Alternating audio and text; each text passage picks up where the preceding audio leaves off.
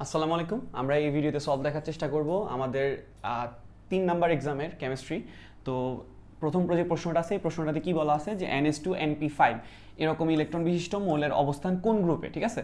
তো NH2NP5 যদি দেখো এটা পি ব্লক মৌল, এটা প্রথমে দেখা যাচ্ছে। আর পি ব্লক মৌলের 5টা ইলেকট্রন যদি থাকে সেটা অবশ্যই পি ব্লক মৌলের টোটাল থাকতে পারে কয়টা? 6টা থাকলে সে কি হয়ে যাবে?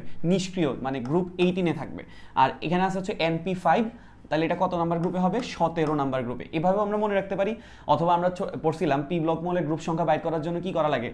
10 প্লাস NS আর NP অরবিটালের ইলেকট্রন সংখ্যা যোগ করা লাগে। তাই এসে 2টা আছে আর পিতে কয়টা আছে? 5টা। তাহলে এখানে আসতেছে হচ্ছে কত?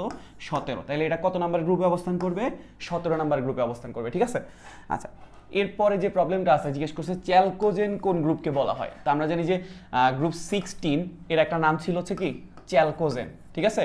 তো এটা হচ্ছে গ্রুপ 16, আর গ্রুপ 17কে আমরা বলতাম হ্যালোজেন, আর গ্রুপ 18কে বলতাম হচ্ছে কি? নিষ্ক্রিয়। ওকে, তারপর নিচের কোনটা মৃৎক্ষার ধাতু? তো আমরা জানি যে এস ব্লককে আমরা 2টা গ্রুপে ভাগ করছিলাম, একটা ছিল হচ্ছে গ্রুপ 1 আর একটা ছিল হচ্ছে কি? গ্রুপ 2। গ্রুপ 1কে বলতাম হচ্ছে ক্ষার, আর গ্রুপ 2কে বলতাম হচ্ছে মৃৎক্ষার। তো গ্রুপ 2 থেকে ছিল beryllium, magnesium, calcium, barium, radium এবং শ্রোনিয়াম। তো এখানে অপশনে কি আছে? শ্রোনিয়ামটা, ঠিক আছে? আচ্ছা, তারপরে 4 নাম্বারে কি বলা হয়েছে? K3FeCN6 এর সন্নিবেশ সংখ্যা কত? তো এটা আমরা বলার চেষ্টা করছিলাম যে এই যে যৌগটা, এই যৌগটার মধ্যে একটা জটিল অংশ আছে। জটিল অংশ কোনটা হয়? এই যে থার্ড ব্র্যাকেটের ভিতরে যেটা পার্টটা থাকে ওটাকে বলা হচ্ছে জটিল অংশ। তাহলে জটিল অংশতে কি আছে? FeCN6, ঠিক আছে? তো এই জটিল অংশের ভিতরে যে সংখ্যাটা থাকবে ওই সংখ্যাটাকে আমরা বলবো হচ্ছে সন্নিবেশ সংখ্যা। তাহলে এখানে সন্নিবেশ সংখ্যা কত দাঁড়াইতেছে? এই যে 6, ঠিক আছে? তাহলে অপশন হচ্ছে 6। তারপর জিজ্ঞেস করছি পূর্বের যৌগে মোট বন্ধন সংখ্যা কত, ঠিক আছে? তো বন্ধন সংখ্যা যদি গুনতে হয় তাহলে এখানে কি কি বন্ধন আছে তোমার জানা লাগবে। যেমন আমরা এখান থেকে দেখতেছি আয়রনের চারপাশে কয়টা সায়ানাইড আছে? 6টা। তা আমরা 6টা সায়ানাইডকে এভাবে দিই, ঠিক আছে? আয়রনের চারপাশে কি আছে? 6টা সায়ানাইড আছে। তাহলে এই যে এখানে যে সায়ানাইড যে বন্ডটা ক্রিয়েট করতেছিল, সায়ানাইড কিন্তু কি ছিল? লিগেন্ড। লিগেন্ড কি করে? শুধুমাত্র একা ইলেকট্রন শেয়ার করে, আর একা ইলেকট্রন শেয়ার করলে ওটাকে বলা হচ্ছে আমরা সন্নিবেশ সমযোজী বন্ধন। তাহলে আমরা একটা পাইতেছি হচ্ছে কি? সন্নিবেশ সমযোজী বন্ধন, ঠিক আছে? প্রথম যে টাইপটা পাইতেছি এটা হচ্ছে সন্নিবেশ সমযোজী বন্ধন। আচ্ছা, তো এইখানে যে সায়ানাইডগুলো আসার পরে যে FeCN6 হবে ওইটার সাথে, আচ্ছা এখানে যদি আমি FeCN6 হবে ওইটার সাথে কে যুক্ত হইতেছিল? পটাশিয়াম। তো এখানে কয়টা পটাশিয়াম যুক্ত হয়েছিল? 3টা। তাহলে এখানে ছিল নিশ্চয়ই 3-, কারণ প্লাস এখানে যেহেতু 3+ আছে এখানে অবশ্যই কি হবে? 3-। এরিয়া মিলে কি তৈরি করছিল? Ionic bond. তাহলে আমরা যদি 2 নম্বরে বলি তাহলে এখানে কি টাইপের বন্ড আছে? আয়নিক বন্ড, ঠিক আছে? Ionic bond. তারপরে থার্ডে তুমি যদি সায়ানাইডের দিকে তাকাও, সায়ানাইডে কি আছে? C++N, ঠিক আছে না? তো এখানে 3টা কি আছে? সমযোজী বন্ড, ঠিক আছে? তাহলে আমরা 3টা টাইপের বন্ড পাইতেছি। এখন আমাদের গুণা লাগবে যে এখানে টোটাল বন্ড কয়টা, ঠিক আছে? তো এখন সন্নিবেশ সমযোজী কয়টা? সন্নিবেশ সমযোজী আমরা এখানে দেখতেছিলাম 1 2 3 4 5 6। তাহলে আমরা লিখে দিতে পারি হচ্ছে সন্নিবেশ সমযোজী আছে হচ্ছে 6টা। এবার হচ্ছে আয়নিক দেখতেছিলাম 3টা প্লাস আর 3-। তাহলে কয়টা আয়নিক বন্ড আছে? 3টা। আচ্ছা, এবার সমযোজী দিকে তাকায় দেখো, একটা সায়ানাইডে 3টা করে বন্ড আছে সমযোজী, কিন্তু এখানে সায়ানাইড আছে 6টা। তাহলে 3 গুণ কত হবে? 6। তাহলে 3 6 কত আসতেছে? 18, ঠিক আছে? তো 18 আর 6 হচ্ছে 24, 24 আর 3 হচ্ছে কত? 27। তাহলে আমাদের এর আগের যে যৌগটা ছিল এই যৌগের টোটাল কয়টা বন্ড আছে? 27টা বন্ড। ওকে, পরের যে প্রশ্নটা আছে এটা জিজ্ঞেস করছে যে হেক্সাডেন্টেড লিগ্যান্ড কোনটা। এটা এক্সাম্পল দেওয়ার সময় বলছিলাম লিগ্যান্ডের যে লিগ্যান্ড 6টা টাইপের হতে পারে: মনোডেন্টেড, বাইডেন্টেড, ট্রাইডেন্টেড, টেট্রাডেন্টেড, পেন্টা আর হেক্সা। তো এখানে যে H2O আছে, ঠিক আছে? H2O কি করে? 2 জোড়া লোন পেয়ার ইলেকট্রন আছে, তাই এটাকে আমরা বলতাম বাইডেন্টেড। অ্যামোনিয়া আছে, ঠিক আছে? 1 জোড়া ইলেকট্রন দেয়, তাই এটাকে বলতাম মনোডেন্টেড। আর বলছিলাম EDTA, ইথাইল ডাইয়ামিন টেট্রাঅ্যাসিটেট, ঠিক আছে? Ethyl diamine tetraacetate. এখানে কি হয়? 6 জোড়া ইলেকট্রন দিতে পারে, তাই এটাকে হেক্সাডেন্টেড লিগ্যান্ড বলে। কোন ব্লকের অম্লধর্ম বেশি? এখন আমরা জানি যে অম্ল কারা হয়? ধাতুরা ক্ষারীয় হয়, আর অধাতুরা কি হয়? অম্লীয় হয়। তো অধাতুরা কোন ব্লকে অবস্থান করে? আমরা জানি যে এস ব্লকটা পর্যায় সারণীর সবচেয়ে বামে অবস্থিত, পি ব্লকটা পর্যায় সারণীর সবচেয়ে ডানে অবস্থিত, আর মাঝে অবস্থিত কে? ডি। তো এস এর সবগুলা কি ছিল? ধাতু। পি এর ম্যাক্সিমাম বলছিলাম অধাতু থাকে, ঠিক আছে না? তো তাইলে নিশ্চয়ই অম্লধর্ম কারা বেশি হবে? যারা বেশি অধাতু আছে। তাহলে কোন ব্লকে সবচেয়ে বেশি অধাতু আছে? পি ব্লকে, তাই এটার আনসার হচ্ছে পি। এরপরে যে প্রশ্নটা আছে জিজ্ঞেস করছে এফ ব্লকে মোট মৌলের সংখ্যা কয়টা, ঠিক আছে? এ ব্লক কারা অবস্থান করতো মনে আছে? গ্রুপ 3-তে যারা থাকে তারা হচ্ছে এ ব্লকে থাকে। গ্রুপ 3-এ তুমি যদি পর্যায় সারণী চেক করো, গ্রুপ 3 এর 2টা জায়গাকে লাস্টে পর্যায় 6 আর 7 ওদেরকে আমরা নিয়ে পর্যায় সারণীর নিচে আলাদা করে একটা লাইন দিছিলাম, যেখানে গ্রুপ ছিল কয়টা, গ্রুপ ছিল 14টা, আর পর্যায় ছিল হচ্ছে কয়টা, 2টা। ঠিক আছে, তো 14 দুগুণা 28, বলছিলাম একটা ব্যতিক্রম থাকার কারণে এখানে এ ব্লকে মৌল কয়টা হয়, 27টা। ঠিক আছে, তাহলে এ ব্লকে টোটাল মৌল সংখ্যা ছিল 27টা, এস ব্লকে 14টা, পিতে 36টা, ডিতে কয়টা, 41টা।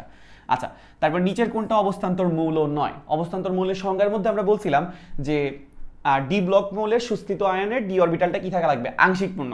তাহলে তোমার এটা ইলেকট্রন বিন্যাস করা লাগবে। ঠিক আছে, তো সবারই ইলেকট্রন বিন্যাস যদি তুমি চেক করো, আর্গন 18, 4s কত 2, আর ম্যাঙ্গানিজের কয়টা ইলেকট্রন আছে, ম্যাঙ্গানিজের ইলেকট্রন আছে হচ্ছে 25টা। তাহলে এটা হচ্ছে 4s2 আর এটা হচ্ছে 3d কত 5। ওকে, তো যখন ম্যাঙ্গানিজ 2+ হয়েছে তখন এটা হয়ে গেছে কত, 0। ঠিক আছে, তাহলে 3d5 থাকতেছে। এখন 3d5কে আমরা বলতে পারি হচ্ছে আংশিক পূর্ণ।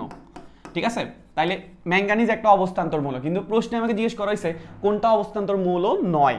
তাহলে তুমি এগুলার ইলেকট্রন বিন্যাস করবা, করার পরে দেখবা জিঙ্কেরটা 4s2, মানে প্রথমে ছিল 4s2, 3d কত ছিল 10। ওকে, কিন্তু যখন জিঙ্ক 2+ হয়েছে তখন 4s কত হয়ে গেছিল, 0। 3d কি অবস্থায় ছিল, 10 অবস্থায়। এটাকে কিন্তু আংশিক পূর্ণ বলা যায় না, এটাকে বলা লাগবে হচ্ছে কি, পূর্ণ। তো আমাদের ডি ব্লকের অবস্থান্তরের সংজ্ঞা কি ছিল, কি হইতে হবে, ডি ব্লক মৌলটা অবশ্যই আংশিক পূর্ণ হইতে হবে। তো আংশিক পূর্ণ কে নাই, শুধুমাত্র জিঙ্কটাই নাই, দ্যাটস ওয়াই এটার আনসার হচ্ছে কি, জিঙ্ক 2+টা। ওকে, এরপরে 10 নম্বরে জিজ্ঞেস করছে নিচের কোনটা প্যারাচৌম্বক ধর্ম প্রদর্শন করে। ঠিক আছে, প্যারাচৌম্বক কি বলছিলাম, যারা চৌম্বক ক্ষেত্র দ্বারা আকর্ষিত বা বিকর্ষিত হয়। ঠিক আছে, তো এইরকম চৌম্বক ক্ষেত্র দ্বারা আকর্ষিত বা বিকর্ষিত হইতে হইলে কি থাকা লাগবে, অযুগ্ম ইলেকট্রন থাকা লাগবে। কি থাকা লাগবে, অযুগ্ম ইলেকট্রন। কারণ যদি যুগ্ম থাকলে কি হয়, একটা স্পিন আরেকটা স্পিনকে কি করে দেয়, ক্যান্সেল করে দেয়। ঠিক আছে, এইগুলো কি হয়ে যাইতেছে, ক্যান্সেল হয়ে যাইতেছে। তাইলে সে কোনো রকম আকর্ষণ বা বিকর্ষণ ফিল করবে না। কিন্তু যখন একটা ইলেকট্রন থাকে মানে অযুগ্ম, তখন সে কি করে, আকর্ষণ বা বিকর্ষণ মানে ফিল করে। তাহলে এখানে হচ্ছে কি, নিচের কোনটা প্যারাচৌম্বক ধর্ম প্রদর্শন করে, অযুগ্ম ইলেকট্রন বিশিষ্ট। আচ্ছা, ইলেকট্রন আসক্তি সঠিক ক্রম কোনটা, তা আমরা পড়ছিলাম আকার যত ছোট হয় ইলেকট্রন আসক্তি তত কি হয়, বেশি হয়। রাইট, তো এখানে দেখো ফ্লোরিন, ক্লোরিন, ব্রোমিন, আয়োডিন আছে, এটা হচ্ছে পর্যায় বরাবর দেওয়া আছে, সরি গ্রুপ বরাবর দেওয়া আছে। তা আমরা যদি এটাকে লেখার চেষ্টা করি, ফ্লোরিন, ক্লোরিন, ব্রোমিন, আয়োডিন, আর কেউ নাই। ঠিক আছে, তো এখন যদি তুমি দেখো উপর থেকে নিচের দিকে কি হইতেছে, আকার বাড়তেছে, তাহলে সবচেয়ে ছোট আকার কার, ফ্লোরিনের। আর আকার যত ছোট হবে ইলেকট্রন আসক্তি তত কি হবে, বেশি হবে। তাই ফ্লোরিনের বেশি, তারপরে ক্লোরিন, তারপরে ব্রোমিন, আর তারপরে আয়োডিন। এটা হওয়ার কথা ছিল, বাট এখানে একটু কি আছে, ব্যতিক্রম আছে। ব্যতিক্রমটা কোথায় দেখা যায়, এটাও নিয়ে আমরা কথা বলছিলাম যে ফ্লোরিন আর ক্লোরিনের মধ্যে একটু কাহিনী হয়ে যায়। কেন, কারণ ফ্লোরিনের আকার ছোট, এই ছোট জায়গায় 7টা ইলেকট্রন যখন থাকতেছে, আরেকটা যখন ইলেকট্রন আসতে চাইবে, ওটাকে সে আসক্তি মানে কি করা, আকর্ষণ করা। ঠিক আছে না, কিন্তু সে আকর্ষণ করার বদলে বিকর্ষণ বেশি করে। ঠিক আছে, কিন্তু ক্লোরিন ওই রকম বিকর্ষণটা করে না, কারণ ক্লোরিন তুলনামূলক আরেকটু বড় জায়গার মধ্যে আছে। ঠিক আছে, তো তুলনামূলক আরেকটু বড় জায়গায় থাকার কারণে সে আগত ইলেকট্রনটাকে ফ্লোরিনের মতো কি করবে না, বিকর্ষণ করবে না। এই কারণে ইলেকট্রন আসক্তিটা ফ্লোরিন আর ক্লোরিনের মধ্যে উল্টাই যায়। কার বেশি হয়, ক্লোরিন, তারপরে হচ্ছে ফ্লোরিন, তারপরে ব্রোমিন, তারপরে আয়োডিন। ওকে, তো এটা কোন অপশনে আছে, 2 নম্বর অপশনে, ক্লোরিন, ফ্লোরিন, ব্রোমিন, আয়োডিন। ওকে, তারপরে আয়নীকরণের ΔH এর মান কি রকম হবে, আয়নীকরণ বিভবে। ওকে, তো এটা আমি একটু কথা বলছিলাম যে আয়নীকরণ বিভব মানে কি ছিল, গ্যাসীয় অবস্থায় এক মোল আধান নিরপেক্ষ পরমাণু একটা ইলেকট্রনকে গ্রহণ করে ঋণাত্মক আয়নে পরিণত করার জন্য যেই পরিমাণ শক্তি দেওয়া লাগে, তার মানে এই জায়গায় আমার শক্তি কি করা লাগবে, দেওয়া লাগবে। এখন কোন একটা জিনিস যদি শক্তি গ্রহণ করে, এটাকে কিন্তু তাপ উৎপাদী বলে নাকি তাপহারী বলে। কেউ যদি শক্তি গ্রহণ করে সেটাকে আমরা বলি হচ্ছে কি, তাপহারী। ঠিক আছে, সে শক্তি গ্রহণ করতেছে। আর যদি তাপ উৎপন্ন করে বা শক্তি উৎপন্ন করে সেটা তাপ উৎপাদী হয়। যেখানে সে শক্তি গ্রহণ করতেছে, তাহলে এটা কি দাঁড়াইলো, এটা দাঁড়াইতেছে হচ্ছে তাপ কি, শক্তি গ্রহণ করতেছে, তাহলে কি হবে, তাপহারী। আর তাপহারী বিক্রিয়ার ΔH এর মানটা কি হয়, পজিটিভ হয়। ওকে, এরপরে জিজ্ঞেস করছে আকারের দিক থেকে কোনটা ছোট। আমরা জানি যে বাম থেকে ডানে গেলে আকার ছোট হয়, উপর থেকে নিচে দিয়ে গেলে আকার কি হয়, বাড়ে। তো এরা কি দেওয়া আছে, লিথিয়াম, সোডিয়াম, পটাশিয়াম, সিজিয়াম, এটা দেওয়া আছে উপর থেকে নিচে। তুমি যদি সিরিয়াল করো লিথিয়াম, সোডিয়াম, পটাশিয়াম, সিজিয়াম, তাহলে লিথিয়াম সবচেয়ে উপরে আছে, আর উপর থেকে নিচের দিকে গেলে আকার বড় হয়, তাহলে সবচেয়ে ছোট কার আকার, লিথিয়ামের। ঠিক আছে, এরপরে নিচের কোনটার ইলেকট্রন আসক্তি বেশি, সোডিয়াম, ম্যাগনেসিয়াম, সিলিকন আর ফসফরাস, এদের মধ্যে। তো এদেরকে আমরা প্রথমে লেখার চেষ্টা করব, সোডিয়াম, ম্যাগনেসিয়াম, সিলিকন, ফসফরাস। আমরা দেখাইছিলাম যে বাম থেকে ডান দিকে গেলে আকার ছোট হয়, আর আকারের সাথে ইলেকট্রন আসক্তি, আয়নীকরণ শক্তি আর তড়িৎ ঋণাত্মকতা সম্পর্কটা কি ছিল, ব্যস্তানুপাতিক। মানে আকার যত ছোট হবে ইলেকট্রন আসক্তির মানটা কি হবে, তত বেশি হবে। তো আমরা দেখতেছি যদি আমরা আকারের সিরিয়াল করতে চাই, আকারের জন্য তাহলে কি হবে, বাম থেকে ডান দিকে গেলে আকার ছোট হয়, তাহলে সবচেয়ে বড় আকার কার, সোডিয়াম, ম্যাগনেসিয়াম, সিলিকন, তারপর হচ্ছে কি ফসফরাস। এখন জিজ্ঞেস করা হয়েছে ইলেকট্রন আসক্তি, তাহলে ইলেকট্রন আসক্তির ক্রমটা কিরকম হবে খেয়াল করো। ইলেকট্রন আসক্তির সাথে আকারের সম্পর্কটা কি ছিল, ব্যস্তানুপাতিক, তাহলে ইলেকট্রন আসক্তিটা কি হয়ে যাবে, উল্টাই যাবে। মানে সোডিয়াম, ম্যাগনেসিয়াম, সিলিকন আর ফসফরাসের মধ্যে ফসফরাসেরটা বেশি হওয়ার কথা ছিল, ঠিক আছে। আমরা একটু লিখি, প্রথমে বেশি হওয়ার কথা ছিল, বাট এখানে একটা ব্যতিক্রম ছিল। বলছিলাম যে সোডিয়ামের দিকে যদি তুমি তাকাও, সোডিয়ামের ইলেকট্রন বিন্যাসটা দেখো, 3s কত 1, এটা হচ্ছে কি 3s কত 2, আর এটা হচ্ছে 3s2, 3p কত 2, আর এটা হচ্ছে 3p কত 3। তো আমরা দেখতেছি বোর্ডে যে পি এর ইলেকট্রন বিন্যাস, পি এর ইলেকট্রন আসক্তি সিলিকন থেকে কি বেশি, বাট কিন্তু খেয়াল করো পি কি আছে, বেশি স্থিতিশীল আছে। কি আছে, বেশি স্থিতিশীল। কেউ যদি স্থিতিশীল থাকে সে কি ইলেকট্রনকে আকর্ষণ করবে, অবশ্যই না। সে চাইবে যে যেরকম আছে ওরকম থাকতে, তাহলে ইলেকট্রনকে বেশি কি আকর্ষণ করতে চাইবে, সিলিকন। কেন, কারণ সিলিকন 3p2 অবস্থায় আছে, সে আর একটা ইলেকট্রন পাইলে অর্ধপূর্ণ হয়ে যাবে, স্থিতিশীল হয়ে যাবে, তাই এখানে সবচেয়ে বেশি ইলেকট্রন আসক্তি কার হবে, সিলিকনের, ঠিক আছে। আচ্ছা, এরপরে নিচের কোনটার আয়নীকরণ শক্তি বেশি, ঠিক আছে। এখন আয়নীকরণ শক্তি বেশি এখানে কি কি দেওয়া আছে, সোডিয়াম, ম্যাগনেসিয়াম আর অ্যালুমিনিয়াম, ঠিক আছে, আর কোনোটা নয়। তো এখন যদি আমরা সোডিয়াম, ম্যাগনেসিয়াম আর অ্যালুমিনিয়ামের দিকে তাকাই, এখন আমাদের এই অপশনটা নাই, মানে এখন আমরা পড়তেছি হচ্ছে কি আয়নীকরণ শক্তি, ঠিক আছে। তো একটু খেয়াল করো 3s, মানে আমরা আয়নীকরণ শক্তিও কি জানি, আকার যত ছোট হয় আয়নীকরণ শক্তি কি হয়, তত বেশি হয়। সোডিয়াম, ম্যাগনেসিয়াম, সিলিকনের মধ্যে আয়নীকরণ শক্তিটাও কার বেশি হবে, সিলিকনের হওয়ার বেশি, সোডিয়াম, ম্যাগনেসিয়াম, অ্যালুমিনিয়াম। আচ্ছা, এটা আমি আবার নিচে লিখি, সোডিয়াম, ম্যাগনেসিয়াম, অ্যালুমিনিয়াম, এদের যদি আমি সিরিয়াল করি, আকার ছোট হচ্ছে সবচেয়ে কার, অ্যালুমিনিয়ামের, তাহলে সবচেয়ে বেশি হওয়ার কথা ছিল কার, অ্যালুমিনিয়ামের। কিন্তু আমি যদি ইলেকট্রন বিন্যাস করি, এটারটা হচ্ছে 3s কত 2, এটা ছিল হচ্ছে কি 3s2, 3p কত, আর এটা ছিল 3s2, 3p কত 1, ঠিক আছে। তো একটু খেয়াল করে দেখো, আমরা কি পড়তেছিলাম, আয়নীকরণ শক্তি, ঠিক আছে। আয়নীকরণ শক্তি কি ছিল, কোনো একটা মৌল থেকে ইলেকট্রনকে সরানোর জন্য যতটুকু শক্তি দেওয়া লাগে। তো এখানে খেয়াল করো, এই আমরা দেখতেছি আয়নীকরণ শক্তি তাহলে কার বেশি হইতেছে, অ্যালুমিনিয়ামের, বাট এখানেও একটু চেঞ্জ হবে। কেন, খেয়াল করো, ম্যাগনেসিয়াম বেশি স্থিতিশীল, ঠিক আছে। ম্যাগনেসিয়াম কি অবস্থা আছে, বেশি স্থিতিশীল অবস্থা আছে। তো যে বেশি স্থিতিশীল তার থেকে ইলেকট্রন সরাইতে কি লাগবে, বেশি পরিমাণ শক্তি লাগবে। তাহলে কি ম্যাগনেসিয়াম আর অ্যালুমিনিয়ামের মধ্যে কার আয়নীকরণ শক্তিটা বেশি হবে, ম্যাগনেসিয়ামের, কারণ ম্যাগনেসিয়াম থেকে ইলেকট্রনকে সরাইতে বেশি শক্তি দেওয়া লাগবে, ম্যাগনেসিয়াম বেশি স্থিতিশীল, ঠিক আছে। আচ্ছা, পরে যে প্রশ্নটা আছে, প্রশ্নটা কি বলা হয়েছে, তড়িৎ ঋণাত্মকতার কারণে কোন ধর্ম প্রকাশ পায়। আমরা যখন তড়িৎ ঋণাত্মকতা বোঝানোর চেষ্টা করছিলাম তখন বলছিলাম যে তড়িৎ ঋণাত্মকতা কি জিনিস ছিল, সমযোজী শেয়ারকৃত ইলেকট্রনকে নিজের দিকে আকর্ষণ করার ক্ষমতাটাকে কি বলে, তড়িৎ ঋণাত্মকতা। যখন সে আকর্ষণ করবে সে হয়ে যাবে নেগেটিভ, আর কি হয়ে যাবে পজিটিভ। তো নেগেটিভ আর পজিটিভের মধ্যে কি পোলারিটি সৃষ্টি হয়েছে, ঠিক আছে। পোলারিটি মানে হচ্ছে কি এইরকম ধনাত্মক আর ঋণাত্মক প্রান্ত সৃষ্টি হওয়া। নিচের কোনটা তড়িৎ ধনাত্মকতা বেশি, ঠিক আছে, তড়িৎ ধনাত্মকতা। এখন তড়িৎ ধনাত্মকতাটা খুব সহজে মনে রাখার জন্য তড়িৎ ঋণাত্মকতাটা জানা লাগবে। তড়িৎ ঋণাত্মকতার উল্টাটা হইতেছে কি, তড়িৎ ধনাত্মকতা।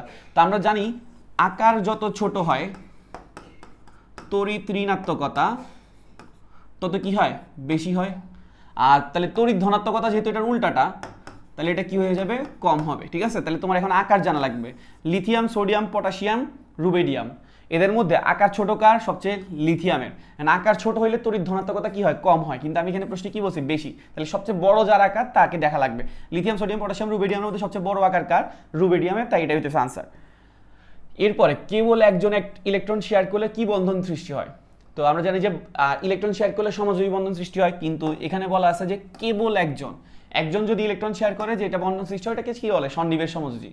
নিচের কোনটা তড়িৎ ঋণাত্মকতা বেশি, এটা দেখানো প্রশ্ন। ফ্লোরিন, ক্লোরিন আর ব্রোমিন আর আয়োডিনের মধ্যে আমরা দেখাইছিলাম ফ্লোরিনের বেশি হওয়ার কথা ছিল, বাট কি ক্লোরিনের কি হবে, ফ্লোরিনের চার্জ ঘনত্ব বেশি হওয়ার কারণে সে আকর্ষণ করার বদলে উল্টা আরো কি করবে, ঠেলা দিবে, বিকর্ষণ করবে, আর সেই ক্ষেত্রে কে জিতে যাবে, ক্লোরিন। ওকে, আচ্ছা, তারপর নিচের কোনটা অবস্থান্তরের বৈশিষ্ট্য নয়। আমরা অবস্থান্তরের 5টা বৈশিষ্ট্য দেখছিলাম। একটা ছিল হচ্ছে কি একাধিক জারণমান প্রদর্শন, প্রভাবক রূপে ক্রিয়া, রঙিন যৌগ গঠন, জটিল যৌগ গঠন, আর একটা হচ্ছে কি প্যারাচৌম্বক ধর্ম প্রদর্শন। তো এখানে এটাও আছে, এটাও আছে, এটাও আছে, কিন্তু এখানে জিজ্ঞেস করছে কোনটা নয়, তাহলে নয় তো কেউ নাই, তাহলে কোনটাই নয়, ঠিক আছে। এফ ব্লকের মৌলগুলোকে কি বলা হয়, আমরা জানি যে ডি এর মৌলগুলোকে আমরা বলি হচ্ছে কি অবস্থান্তর, কিন্তু এখানে এফ ব্লকের তার কথা জিজ্ঞেস করছে। এফ ব্লকের একটা পার্টকে আমরা বলি হচ্ছে আন্ত অবস্থান্তর, ঠিক আছে।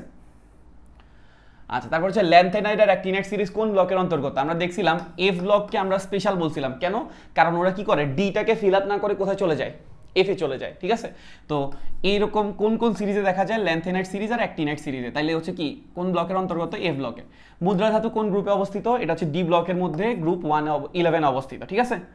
আচ্ছা, এরপরে হচ্ছে Al2O3 কোন ধরনের অক্সাইড, এটা আমরা বলছিলাম রিটেলের জন্য প্রায় সময় 2-2.5 মার্কের জন্য দিতে পারে যে প্রমাণ করো। তো আমরা বলছিলাম Al2O3 কি, সে তার ক্ষার ধর্ম প্রকাশ করার জন্য এসিডের সাথে বিক্রিয়া করতে পারে, আবার সে কি করতে পারে, ক্ষারের সাথেও বিক্রিয়া করতে পারে, ঠিক আছে। তাহলে সেই এসিড আর ক্ষার দুইজনের সাথে বিক্রিয়া করতেছে, তাই এটাকে আমরা বলতে পারি উভধর্মী অক্সাইড। নিচের পর্যায় সারণীর মূল ভিত্তি কি, এটা আমরা ছোটবেলা থেকে পড়ে আসছি, ইলেকট্রন বিন্যাস দিয়ে আমরা কি করি, পর্যায় সারণীতে মূল ভিত্তি বলি। কেন, কারণ হচ্ছে যাদের শেষের ইলেকট্রন বিন্যাসগুলো সেম হবে তাদেরকে আমরা কি করছিলাম, একই গ্রুপের মধ্যে ভাগ করছিলাম, মনে আছে।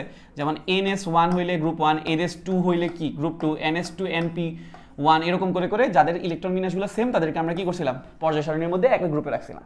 তো আশা করি আমরা ক্লিয়ার। কারো কোনো সমস্যা থাকলে অবশ্যই জানাবো। ভিডিও দেখার জন্য ধন্যবাদ।